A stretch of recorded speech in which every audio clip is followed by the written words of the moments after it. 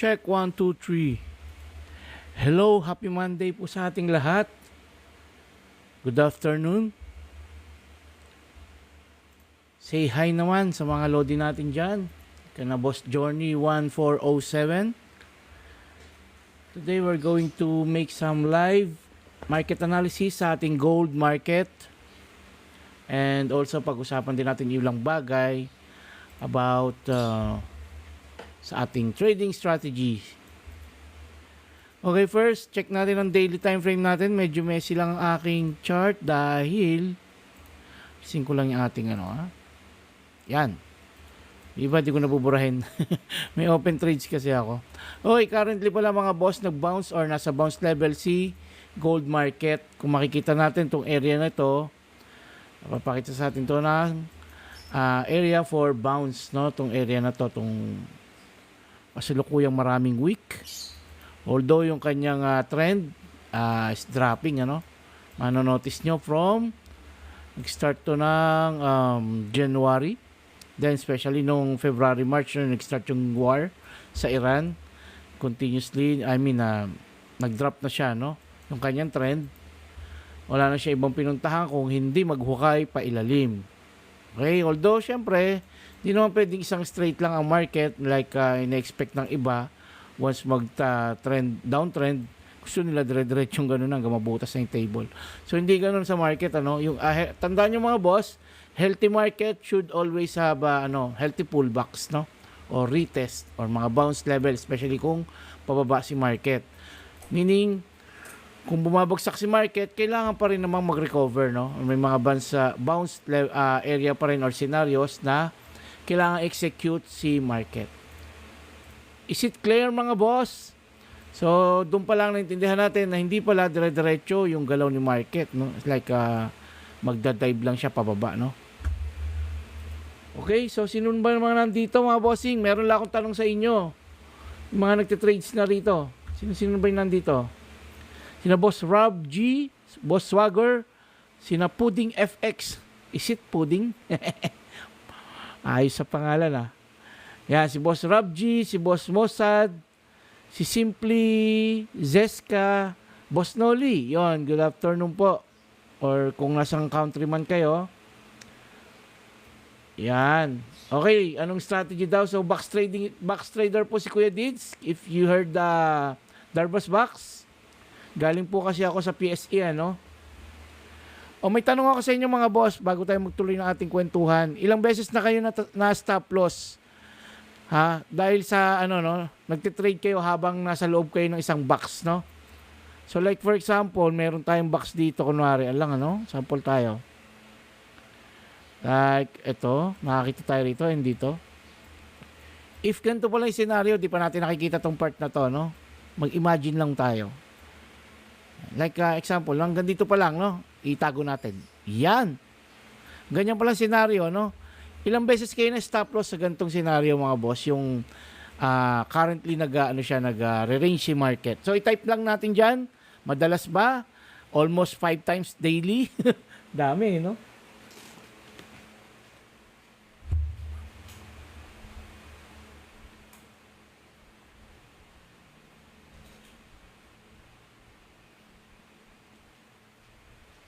Sige nga, patingin. Demo 1 year ako. Naku, ang tagal niyan, bossing. Anong plano mo sa buhay?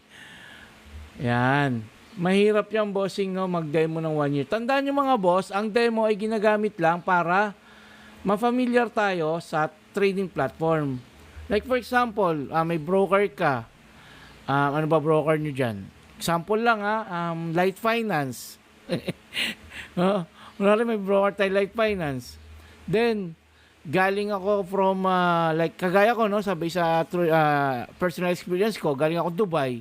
Ginamit ko before sa Dubai is IC Markets, XM, yan naman usual Pero pagdating ko rin sa Pilipinas, nung nag-resign na po ako, wala na ako ibang broker na nakitang malupit kung hindi yung broker na gamit ko ngayon.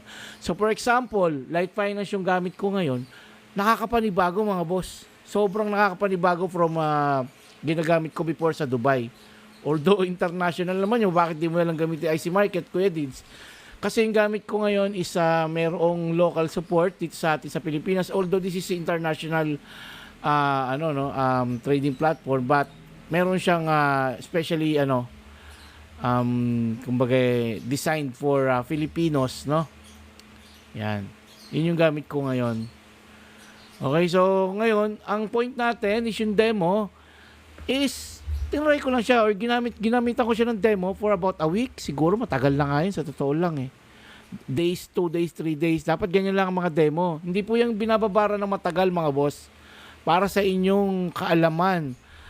Pagka kayo nasanay sa demo, magke-create po yan ng illusion, no? Both sides, positive, negative emotions and illusions, yan lang ang ibibigay sa inyo yan at hindi yung true reflection or magiging result ng inyong mastery sa market. Tandaan po ninyo mga boss, no? Ganun lang gamit ng demo. No, deadly rin yan. No? Maraming hindi nakakaintindi sa demo. Akala nila, demo lang ako kasi pinapractice ko pa yung yung setup ko. Yan. So, ang tunay na bakbakan, ika nga, no, is nasa live trading talaga. Meron namang ibang mga technique. Like, for example, may, kung ang broker nyo, kagaya sa amin, meron kami cent account. Hindi gamitan ko cent account, di ba? Lagay akong $10. Magkano lang ba yung $10? 500 pesos? Magkano ba $10 ngayon? Around like that, no? Or 600 pesos? Which is, I think, affordable naman ng karamihang Pilipino, no? Then, gawin yung cent account, di ba? Magkano na yun? $1,000 na yun. Times 100 kasi yan, no? Sa cent account. Or sa micro lot, hindi ko lang kung tawag sa broker nyo, eh. With that, no, ma-experience nyo yung totoong bakbakan sa market. Then, salpakan nyo ng 0.01 lang. Makakatlos kayo ng negative 30, negative 50. Ang layo nun sa 1,000 na kapital, no? At least, real battle, hindi demo. Kasi sa demo, nagke-create po yan ng illusion, mga boss. Yes, namimigay po tayo ng strategy, huwag kayong mag-alala, no? In fact, kung panonoorin lang ninyo yung mga videos natin, marami kayong matutunan dyan, kahit pa unti-unti. Meron tayong isang follower, di ko kilala. Nandun siya sa lugar ng nasalanta ng Lindol. Ano bang lugar yun, Jensan? Naka-10 sila ngayon, grabe, nakakadurog ng puso, no? Pero, kakanood niya ng reel sa akin, no? Nag-start siya ng 12,000 pesos. Pumalo ng 60 plus. Ang tindi ng pinalo ng gain niya, tontuwa siya. Hindi ko kilala yun, mga boss. So, nasa wall ko yun. Kahit i-chat niyo yung tao na yun, hindi ko po kilala yung tao na yun. Nakita niya lang daw yung reels ko. I tried your setup, pwede, sabi niya sa akin. It really works, sabi niya. Napalobo ko ng 60 something, 61 or 63,000, yung 12,000 niya, no? Kahit pa alam nyo, 12,000 mo, maging 15,000 lang. Imagine mo, 3,000 additional lang sa capital mo. Malaking bagay yun. What if, no? What more kung umabot pa nung kagaya nung ginawa niya, no? FB ko, mga boss, sige lapag ko. Pwede ba dito yun?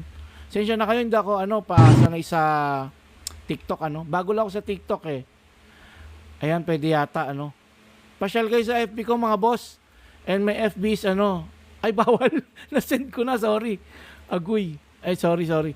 Anyway, types nyo lang, Dids Enriquez, no? Naku po, baka maban ako, no? Huwag naman sana. TikTok, sorry po. Hindi ako sanay. Hindi ko po alam ang rules ng, buburahin ko na lang. Bawal po, sorry naman. Ano mangyayari sa akin pag nag-post ako ng FB? Sipain ako. Delete ko na lang, delete ko na lang. Pwede ba i-delete? Hindi naman pala pwede i-delete. Grabe naman dito. Okay lang yan. Kung i-kick tayo, wala naman ako magagawa. Baka pwede naman tawag dito. Appeal. Okay, so nag-gets ninyo mga boss yung about sa demo natin. Wala pa ako strat na exact. So kung mahirap po mag-trade, kagaya niya, mahirap mag-trade ng walang exact strategy. So ito masasuggest ko sa inyo, start kayo ng simpleng strategy, no? Like for example, trend line, support and resistance. Marami naman eh.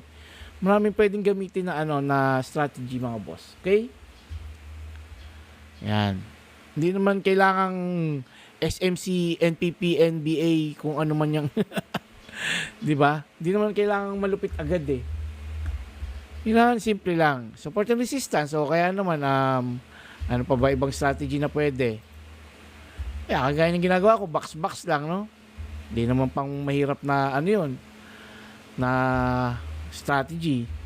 Kakahunin mo lang. So, pakita ko kayo ng pagbabox, no? So, paano nga ba tayo mag-box? So, hindi nyo pa sinasagot yung tanong ko. Ilang beses na ba kayo nakaka-cut loss?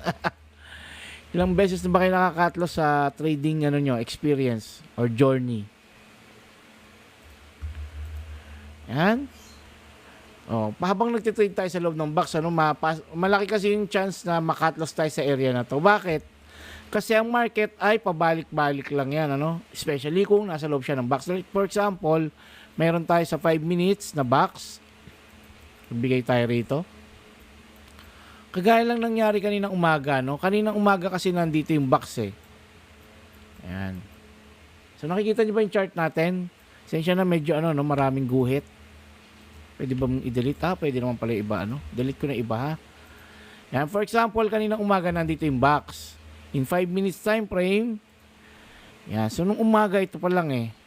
Or let's say ito. Actually, ito lang talaga yan eh. Yan. Then nag-breakdown siya, no? Pero hindi clear yung kanyang pagkaka-breakdown. Ibig sabihin, bumalik, no? So that is automatically fake out na. Like for example, itong sa ibabaw, kahit pa umangat ng ganito, although naka-TP1 ito, no? Malaki-laki rin to, 150 pips, no? Pero kung hindi na ninyo inabutan to at bumalik ulit sa loob, huwag na ninyo pilitin, ano? Pero kung naabutan nyo itong trading outside na, then congratulations, no? Good yan. Dapat i-trade yan pataas talaga. So, dito naman scenario na to, medyo choppy siya. Pag ganyan bumabalik, hindi ko tinrade kanina to nung nakita ko eh. Although, lilitaw ko kasi to sa, ano bang tawag doon? Sa watch list, no? Pagka yung sa kaliwa, ay sa right side, sorry. Ito dito, oh. Pakita ko sa inyo, no? Yan, no? Nakita nyo ba? Yan. Pagka tinignan nyo siya dyan sa kanan, dito sa watch list panel, yan dito, down yan kanina, no? Yung change percentage na sa around, basta negative something siya, no? Pero sabi ko, tinignan ko yung chart, ay ano to, hindi pa to yung true, ano niya, direction niya.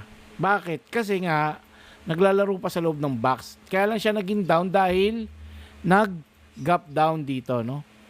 Yung opening niya. Okay? So, below yung kanyang opening. Expected ko talaga ngayon malakas si market eh. Magpupush talaga si market ngayon. Yan ang inaasahan ko talaga dapat eh. Na dapat na gawin niya, no? Which is nangyari nga, nag-push talaga siya, no? Okay, so ito nag-breakout na, nagkaroon na siya ng clear breakout. Dito siya nagkaroon ng magandang play, no? Ito, this is around 200 pips, no? So tandaan niyo mga boss, yung mga trader po, ano ha,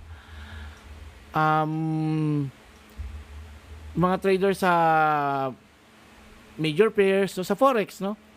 Ang kanilang goal lang kadalasan ay 30 pips. Alam ba ninyo yun? Aware ba kayo doon? So 30 pips lang. So pero dito sa gold, sa TDLC, ganito ang aming mga ano, no, galawan. Makakagain kami ng 100 pips, 200 pips, no, in just a minute lang, no. Although risky siya, no. Anyway, lahat naman ng trading strategy is ano eh, risky talaga. Trading is a risky game talaga, no. Okay, malinaw ba yun? Nagets po ba? Yan, so ito yung pinakita ko sa inyo. This is just a box strategy, no. Anong strategy dyan, boss leads? Yung pag nagbe-breakout siya, either ups or down, yun ang inyong magiging possible direction. Kagaya nga nitong pinakita ko sa inyo ngayon. Okay? So, ito, nag-trade ko to ng umaga. Pakita ko lang sa inyo yung aking result dito, no? I think pwede ako magpakita rito ng result, eh. Meron akong, ito, nung umaga to.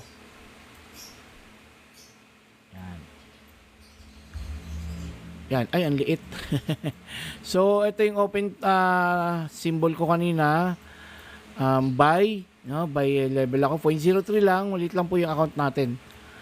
Yan, so sa level price ng 4,004.66. Doon ako naka-entry dito somewhere here, no. 4,004.66 somewhere here, no, sa area na yan. And then eto nag-TP po ako ng gantong time, no. 7:20 yan, ito yung date ngayon. Yan.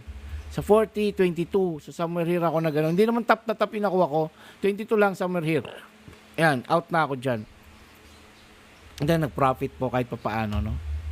So, as basic as that, no? Hinintay ko lang yung breakout, then trade ako. Yun, boom. Gets? Paano mag-analysis sa dalawang time frame? Yung multi-time frame. Ito, 5 minutes yung pinag-uusapan po natin ngayon, Boss Rob G. Yan. 5 minutes time frame po ito. So, ganito. Pili ka muna ng time frame mo kung ano ba yung fit sa'yo. Maraming kasing time frame, no? Pwedeng daily plus 4 hours. So, ano yun? Combo yun. Match yung dalawa na yun. Pwede rin 4 hours plus 1 hour. Pwede rin 1 hour plus 15 minutes. Or 15 minutes and 1 hour, no? Dalawa. So, si Kuya Dids, 15 minutes and 5 minutes po ako nagtitrade. Scalper lang po ako eh. Opo, sa TDLC, scalper lang kami. Yes. So, si Kuya Dids, 15 minutes and 5 minutes po. Pero other than that, sa TDLC, sa full course, inaaral namin yan, ano? Meron kaming daily, 4 hours, 1 hour. Kumbaga yung tinatawag na rundown time frame analysis. Kumbaga, gabi pa lang, kagaya kagabi, naglalapagan na kami ng ideas, no? So, pakita ko lang sa inyo, no? Dito. Nagbibigay na kami or nagsisharing kami, nagpapakita kami ng mga possible scenarios. Yan. If ganito, if ganyan, meron kami mga ganun eh. Ito, tignan nyo, no? Yun, no? Nababasa nyo po ba, mga boss? Ito yung aming GC sa TDLC po, ano? Ayan. So, if ganito, yan, then possible ganun, no? Yung possible mangyari lang naman, ano? So, ito yan ngayon, tinitignan namin. Yan. So, ibig sabihin, gabi pa lang, chinek na namin niya, kaya kung makikita nyo may mga guhit, di ko basta mabura eh. No? Yan, ito itong mga line na to, no? Meron ng analysis kasi na ginawa kagabi. So, gabi pa lang, nag-rundown analysis na. Daily time frame, 4 hours, 1 hour, 15 minutes, and 5 minutes. Ngayon, sa eksaktong, on the exact battle na, like for example, ngayon trading hours na, pipili lang ako ng 2 time frames, which is yung gamit ko is 15 and 5 minutes. So, meaning, hindi ko na binabalik-balikan ko pa si daily, si 4 hours, si 1 hour, 15 minutes. Hindi na kasi maubos yung time ko. So, focus na ako sa 15 minutes and 5 minutes, no? Dati nga 1 minute trader ako eh, pero tinigilan ko na, masakit sa puso. So, okay. 15 minutes, sinitignan ko mas malinis yung structure niya kasi, no? Actually, naka-dual ako eh, kaya lang naka-live kasi ako ngayon. Hindi makikita to pagka ginawa ko yung eksaktong itsura, no? Ang liit eh. Naka-dual multi-time frame yan, no? 15 dito, yan, minsan 1 hour, no? 15, then 5 minutes sa kaliwa, no? Yan. So, ganun lang si Kuya Dids, check ng price or ng chart analysis, and then execution point, yung tawag ko sniper entry sa 5 minutes. Taga-Bataan lang po ako, boss, Rob G. Ganda naman ang name mo, Rob G. Diyan po ako nalito. Nakakalito talaga, kaya nga sabi ko, isa-isa lang. Para hindi tayo malito, isa-isayin natin, di ba? So, focus muna. Maybe, practice mo. Minsan, 15 minutes muna. Huwag ka muna mag-isip na ibang time frame. No, nakakalito talaga pag pinagsabay-sabay mo lahat yan. Isa-isa lang. No? Okay? Yan, dyan marami nakaka-cut-loss ngayon pagka ganon. Kasi, sabi niya, sa bigger time frame, bearish ako eh. Bearish naman kasi talaga eh. Pag tinignan mo sa daily yan, sa 4 hours, no? Bearish yan, no? Meron siyang trend na ginagawa pababa eh. Pero habang kasi lumilit yung time frame mo, napupunta ka sa minute time frame, makikita mo may mga play pala ng bounce play, no? Yan, kagaya nito, nag-drop pero nagkaroon ng bounce nung Friday, no? And then kanina umaga nag-drop ulit pero lang pala yan, ano? Nanguha lang ng orders dito and then nagkaroon siya ng run up pataas, ano? Which is nasakyan natin kanina or nasakyan ko kanina. So ganun, ano? Yan. Kaya malilito ka na kagad doon. So ngayon, kailangan alam mo na yung tamang analysis para sa'yo. Pwede sa 3 minutes, nung nasa PSE ako, 3 minutes ginagamit ko, saka nung nasa crypto ako. Paborito ko yan actually nung mga nasa ako. Kaya lang alam mo na pag medyo tumatanda na, medyo alam mo yun, nagiging ka na. Baka nga sa susunod 1 hour time frame na lang gagawin ko. Ngayon nasa 5 minutes na ako na medyo nagtitino na. Dati 1 minute trader ako, saka 3 minutes yan yung combo ko dati. Paborito ko yan dati ang 3 minutes. No? Maganda kasi mga pattern dyan. Pattern lang naman yan, boss Rob G. Kung saan ka makakita ng magandang pattern, makita mo sa 15 minutes, malinis yung pattern. Di yun ang trade mo, di ba? Makita mo sa 3 minutes, mas fit sa'yo. Yun ang tama para sa'yo. So, walang tama mali dito sa trading. Kung ano yung mag-fit sa'yo, kung ano yung mag-work sa'yo, yun ang tama. Kahit sinong mentor pa paharap nyo sa akin. Ganun lang ang sasabihin natin, no? Yun ang tama, kung ano yung gumagana, kung ano yung nakakapagbigay sa atin ng gain. No? Di naman kasi pwede sabihin isang mentor, mali yan. Mali, tapos ikaw kumikita ka, no? Di ba? Nagets nyo ba yung point? Oh. Di amak na mas tama ka kung kumikita ka sa ginagawa mo, di ba? Versus sa kanya na nagsasabi lang ng tama mali pero di naman pala kumikita, di ba? Yan. Pwede ma-try box mo. Pwede naman, i-try mo yan. Panoorin mo ng kaunti yung mga reels natin, magkaka-idea ka doon ng kahit papaano. Medyo may drama nga lang kasi ano yun eh. Reels kasi, may story, syempre. Hindi pwedeng direct chart strategy. Pero sa mga courses natin, yun. Talagang yung focus learning kami dito. Aral kung aral, talagang wala kami sinasayang na sandali rito. Monday to Sunday. Wiwi lang ang pahinga. Puro kami charting, puro kami talaga batuhan na ideas. And then sharing ng mga entries. Yun, ganun lang ginagawa natin sa TDLC.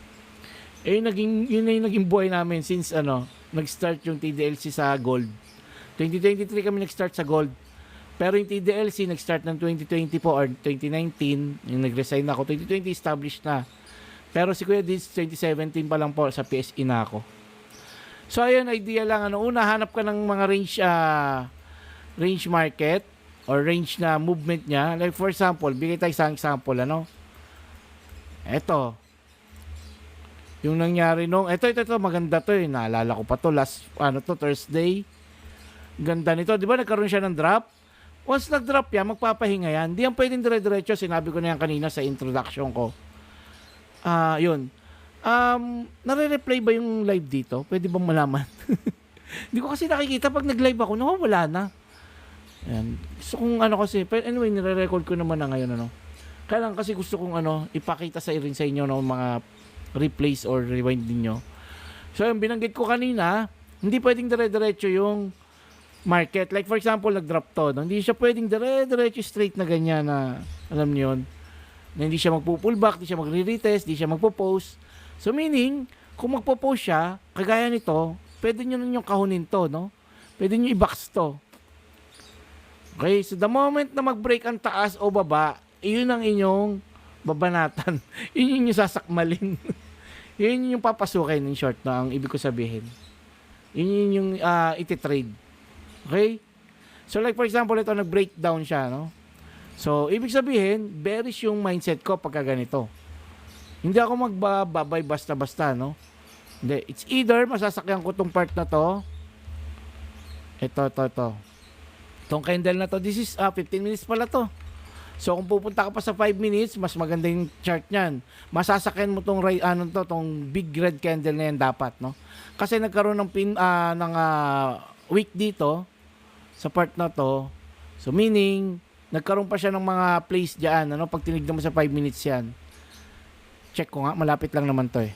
Thursday lang siya. Ito yan Yan nakita nyo breakdown, di ba? Ito, tignan nyo. Ang detalye, ayan Ayun nakikita nyo may green. Di ba? Kanina, isang big red lang siya. Pero dito, makikita nyo, ito yung drop niya, ito yung box natin kanina. Naalala ko itong violet to. Thursday Thursday, no? Ayan. So, ito yung box natin, yung violet. Line natin. Gawin ko nga white. Gawin natin white, Yan. Then, nag-drop, di ba? Ito yung 5 minutes, sinasabi ko, detalyado siya, Nagkaroon siya ng retest, no? Ito, yan. Dapat dito makapasok ka niyan. Okay. Di ba? Tingnan natin, Nag-play na siya, no? Let's say late ka na, no? Hindi na natin kinodo sa kung saan ka dapat nakapasok sana. This is a 350 pips, no? Ngayon, mga boss, pwede late ako. Yan naman tayo, lagi tayo late, So, in 5 minutes, may mga play siya, no? Pero medyo, advanced na to, medyo mahirapan na kayo dito. Kasi pagka nag-drop na, mahirap ng pasukan yan. So, ang gawin ninyo, magkaroon kayo ng isang area kung saan hihintayin nyo siya. Okay? Asa na yun? So, bumalik akong 15 minutes, no? Ito yung ating breakdown ng box. Yan. So, magkaroon kayo isang area kagaya nito, no? Sa ibang strategy, meron silang tinatawag doon ng mga gap. Pero, di ko na ginagamit kasi yun, medyo komplikado. So, ang ginagawa ni Kuya Diz, breakdown candle, and then, within this breakdown candle, doon ako naghahanap ng entries. Gets nyo ba yon? Yan. Ayun, mga mahiwagang technique ng TDLC. Okay. Ano ibig mo sabihin niya, Kuya Dins? So, within this box, meron tayong tinatawag na sale area. Ibig sabihin, lahat ng mapunta dyan, anything, mga boss, no? Kaya nga siya tinawag na sale area, eh, no? Huwag ninyo kokontrahin si market. Yan yung tinatawag na, always trade with the trend. No? Wag kayo nagka-counter trend. Katigasan ng ulo ng trader yan, eh. No? Bumababa yung market, buy ng buy, kesyo mura daw, kesyo discounted daw. Wag. Bakit? Ang lakas ng buhos eh. Tapos ibabay ninyo, di ba? Anong pwede natin gawin? Pwede nyong gawin sabayan, di ba? O kaya naman abangan, di pagka nanundo, which is on the scenario nanundo, di ba? Yan. So dito, it's either here, ito medyo advanced to. Pero yan, hindi ko na kayo nire-require dyan. Maybe somewhere here dapat makaride, no? Kung talagang medyo kabado, newbie talaga, at least dito, makapasok, no? Yan. Tignan natin kung may asim pa. Kaya lang, hindi na realistic to dahil madaling araw na to eh. Yan. Oh, may asim pa, no? Almost 200 pips pa rin, ano? O kung as per chart lang, as per pattern lang, yung idea is something like that, ano? Ewan ko kung na-gets nyo mga boss? Gets na ba? Yes, pag breakout, pwedeng hintayin, no? Kung saan magre-retest. Pero yung kaninang pinakita ko, dapat dito pa lang sa Big Red Candle, dapat masakyan na. Kaya lang medyo advanced na yun. Kung masasama kayo sa community kagaya ng sa amin, pinapractice po namin yan araw-araw, no? Mahirap mag-trade ng mag-isa mga boss, sinasabi ko na, no?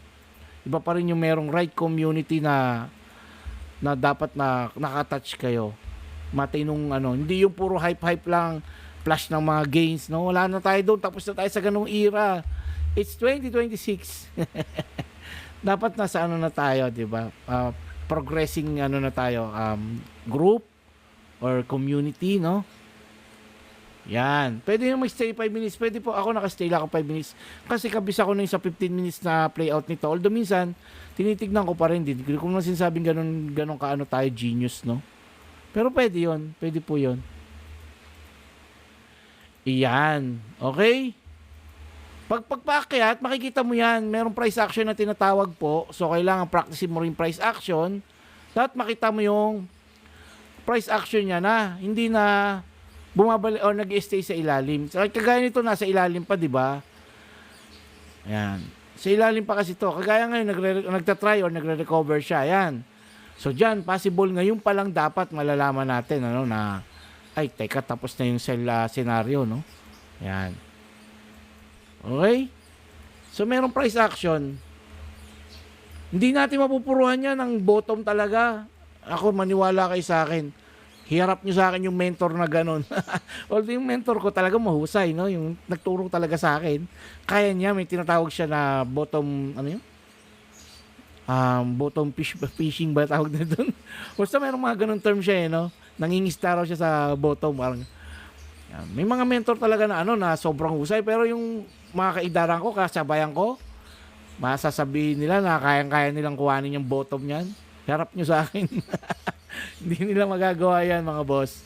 Mahirap yan, Mga super trader lang talaga nakaka-execute ng ganyan. Saka, hindi naman tayo required sumakay sa pinakailalim, eh. Meron bang rule sa trading na dapat pinaka-bottom masakyan mo? Wala namang ganun. Niwala kayo sa tanda ko sa market, no? Since 2017, walang ganung rules na ay dapat makuha yung pinakailalim. Hindi ganun, walang ganun sa market. Niwala kayo. Alright? Okay, so ganun ha. Yun, so kung gusto mo ilong ito, kung gusto mo na mag-buy na or tapos na yung down, you need to wait, no? Kaya kailangan mga maghintay pa rin talaga. Hindi pwedeng lagi tayo nauna. Always wait lang mga boss, no? Sa tamang timing. Yan, so price action yun tawag doon. Yan, maraming ways, like kagaya nito, naglagay ako ng trend line, isa yan.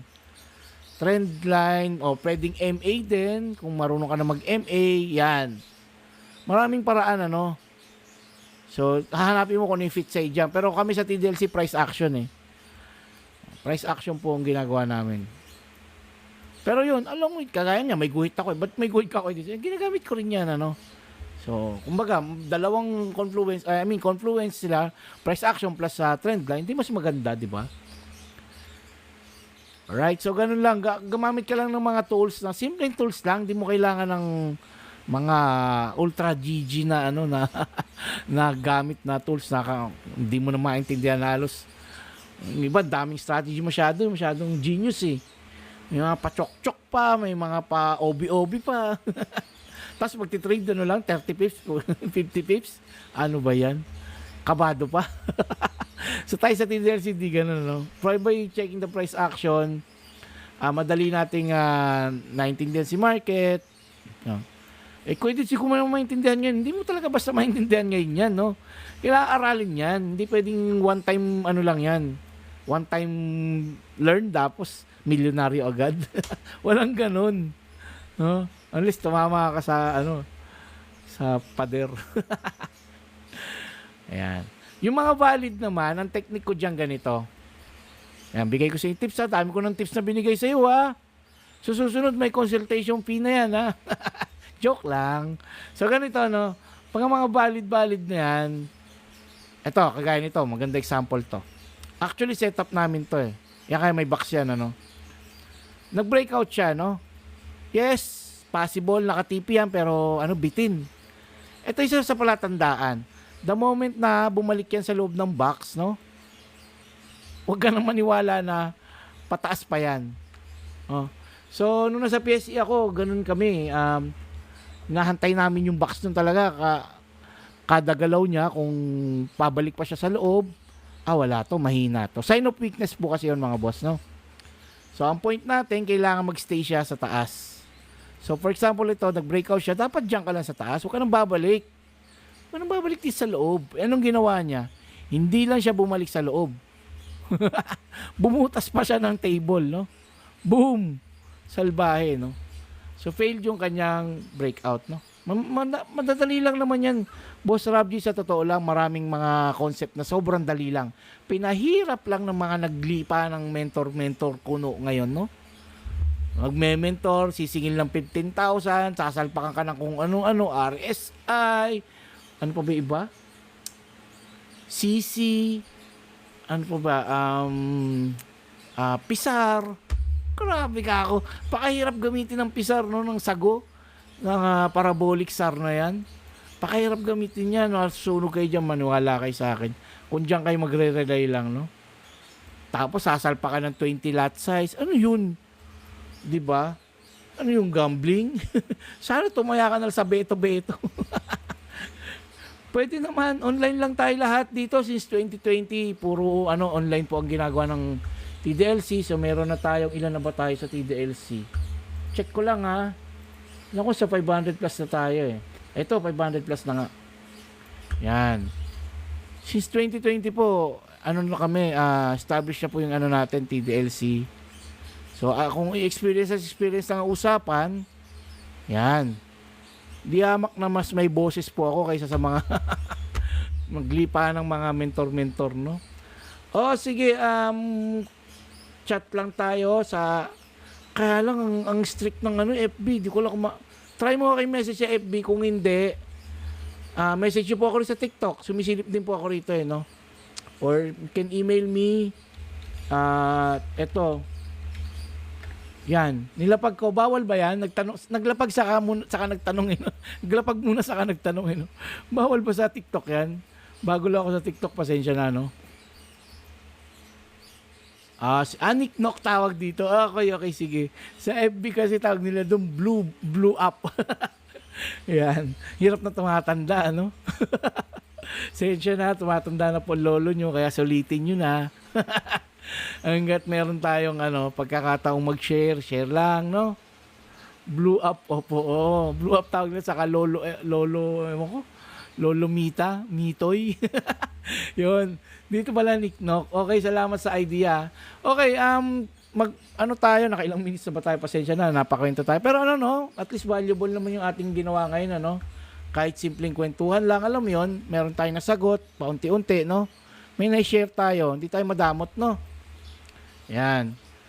Okay, so yun nga, kaya lagi namin sinasabi sa TDLC, no breakout, no trades po tayo. Ito ngayon, yung running profit ko, tignan nyo, ang kaninang trade ko sa kanyang running profit, di ba? Pag ganun lang, no? Habang dumadaldal si Lolo Dits, no? Meron kasi tayo sinusundang rules, no? Any strategy yan, no? Any strategy. Magtingin kayo sa YouTube, yan, kagaya nitong box si Kuya Dids. Ano ba itong box na to? Try ko nga. So out na muna tayo dahil ayan. Meron lang akong goal kasi na ito ayaw niyang marating eh. In-out ko na pag ayaw, minamanual ko na. Ito yung TP ko, yan tatlong guhit na yan eh. Ito yung entry ko, ito yung cutlass ko, ito yung TP ko. So dito ako nag-entry eh. Dito po. Somewhere. Actually ito eh. Kaso nananakot siya eh. Dito takutin mo ko. Wala na akong takot. Naubos na yung takot ko. Tagal ko na nagtitrade, no? Hindi na ako parang ngayon matakot, no? Kasi bakit yan, no? Sinusunod ko kasi rules. Rules is, if ma-break to, no, di cutlass ako. Kung makarating dito, TP ako. Di ba? Yon. So, yon, ano nga ba yung box? Sasagot na natin. Actually, yung topic pala natin related naman sa mga tinanong mo, Boss Boss Rob. So, salamat sa mga questions mo.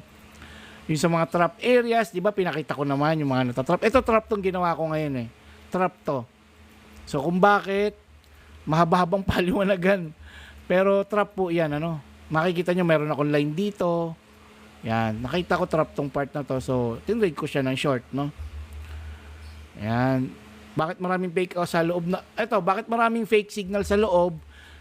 Alam niyo yung ano, nag-buy ka, tapos biglang bumagsak yung market. Nag-sell ka, biglang sumipa yung market, no. Maraming trap, no, kasi nga, hindi pa establish yung kanyang direction. Okay, so marami pa akong i-share sa mga susunod na live. Boss Rob G, salamat ng maraming sa mga lodi natin, sina Boss Journey 1407, sina Boss Pudding FX. Ganda ng pangalan niya, no? Pudding. Sina Boss Rain, Boss Simply, Zeska, Mossad, Boss Noli, no? Salamat, at least meron kayong time na makinig kay sa mga gantong maliit na klaseng live lang, ano? Thank you. Sana magkita pa tayo ulit sa susunod. Marami pang gusto i-share si Kuya Dids. Sobrang dami. Sa tagal-tagal ko na sa market. Parang alam niyo yun, masabog na idea sa utak ko. Parang wala na akong ibang gustong gawin kundi i-release na lang na i-release sa inyo sa live ko, no? Kailan ako nagla-live? O nga, no? Magandang tanong yan, ano? Actually, wala kasing fix, Pero tatry ko gantong oras tuwing, chat tayo sa Nick Knock, boss, Thank you sa idea. May Nick Knock pala, saka bawal palang basta nagpo-post ng link, Sana hindi ako hindi pa ako ma-strict, ma-restrict. Yon. Thank you at kita po ulit tayo sa susunod. Ang ganda ng direction niya, grabe. Babalitaan ko lang yung mga kasama ko sa loob ng group chat namin, Good news kasi. Thank you, bye-bye. Kita-kits ulit tayo sa mga susunod na live po ng Kuya Dids sa Nick Knock. Bye-bye. Thank you, bye-bye.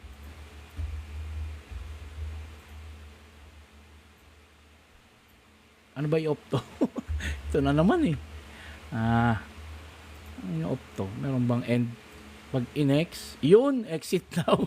Thank you. Bye-bye. Bye-bye.